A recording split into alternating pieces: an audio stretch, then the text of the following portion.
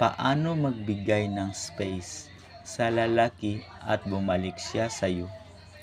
Number 1, mag-reconnect sa iyong sarili. Number 2, huwag siyang tawagan o i-text pero maging andyan para sa kanya.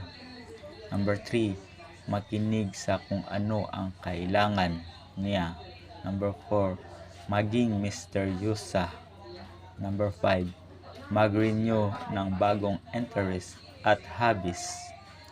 Number 6, maghintay saglit bago mag-respond sa kanyang mga messages.